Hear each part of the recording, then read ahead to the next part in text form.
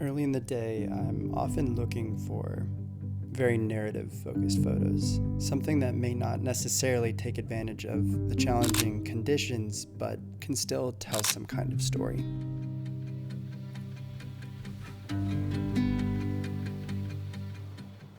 Strewn all over the beach, there are these little pools of water that create cool textures in the sand and also some very interesting reflective elements all over. They're a bit chaotic though, and to be honest, I spent the whole day struggling to take advantage of them.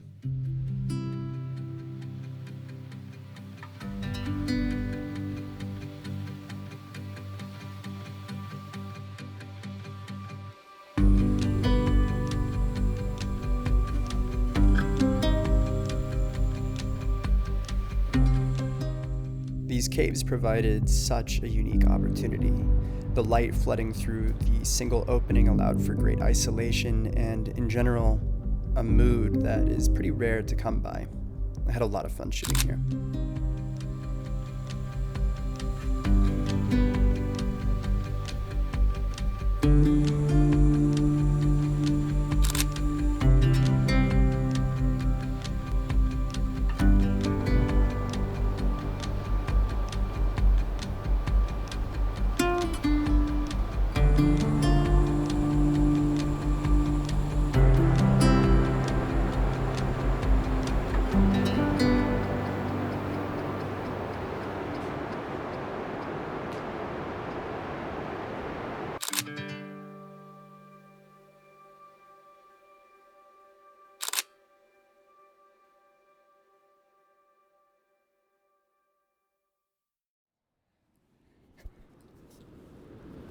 The kit today has been really pretty simple with the Nikon Z8 as my primary photography camera.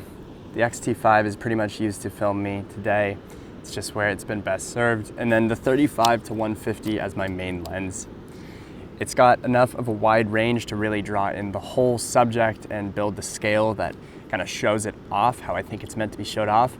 But the best thing about subjects like this that are so immense is they actually kind of magnetically draw people in. It creates all these little narratives happening around it because people are just reveling in what's in front of them. And having the zoom range that this lens has allows me to go in, bring in all those little stories as they're happening rather than having to switch lenses to capture them. If I had to do that, I'd miss too many of them, and this lens just lets me cover really the whole day. Now, as we get into the evening, I'll use the 17 to 28 to get more of the night sky.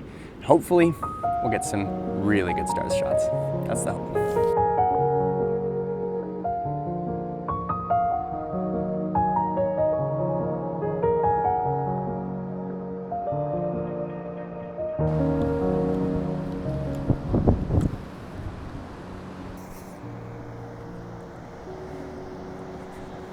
The light is really starting to get nice, which is excellent. It's kind of speckling off of the sand here, creating like, I don't know, a very like dreamy look. I hope you guys appreciate this because this is getting to be so beautiful.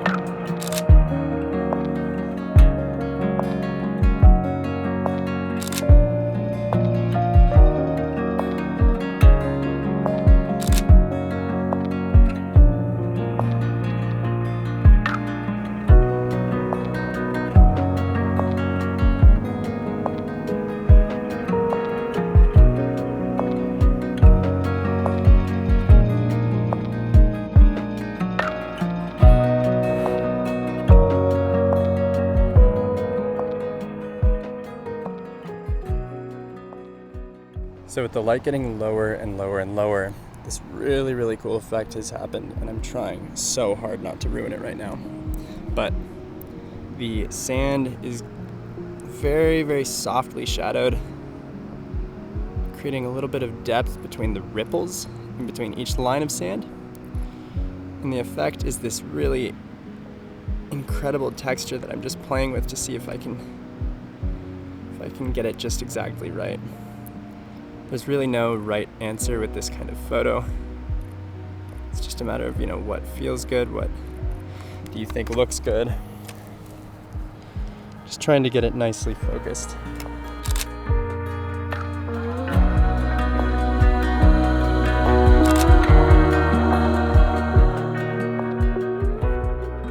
Now, as the day gets going on, I have my camera set up on a time lapse and I'm starting to focus on astrophotography. But while it's doing that, I'm walking around with the Fuji to just capture little scenes. I have a fairly cheap lens on, the TT Artisan 25mm, and I kind of use this as an opportunity for low stakes photography. If something comes of it, great. If nothing comes of it, fine. Today, something came of it.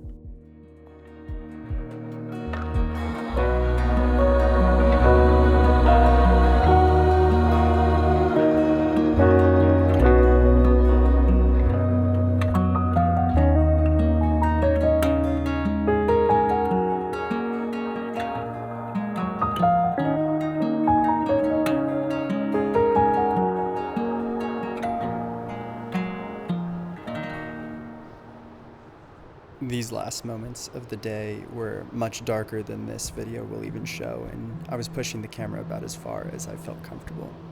In the end, it was more fun than anything, but I'm still happy with some of the results.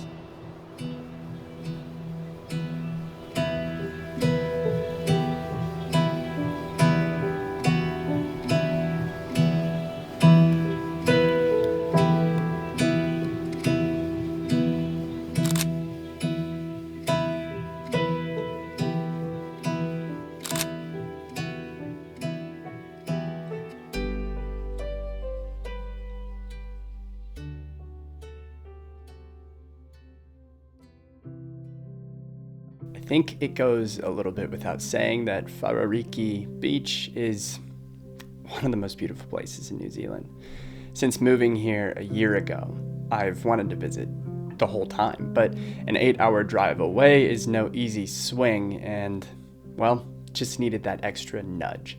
So I really hope you guys enjoyed getting to experience such a beautiful place in New Zealand, and if you get the opportunity to visit, I think you absolutely should do so. I'm sure this video is coming in a little bit shorter than the normal ones, and I hope that's okay.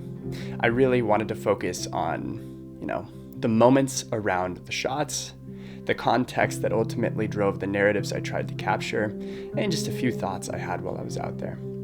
In the end, the conditions were beautiful, if not a little bit challenging with the bright light, and all in all, I couldn't be happier with the results I was able to pull out of the day. As I've come to expect over the last couple months, the 35-150 it's a do-everything lens.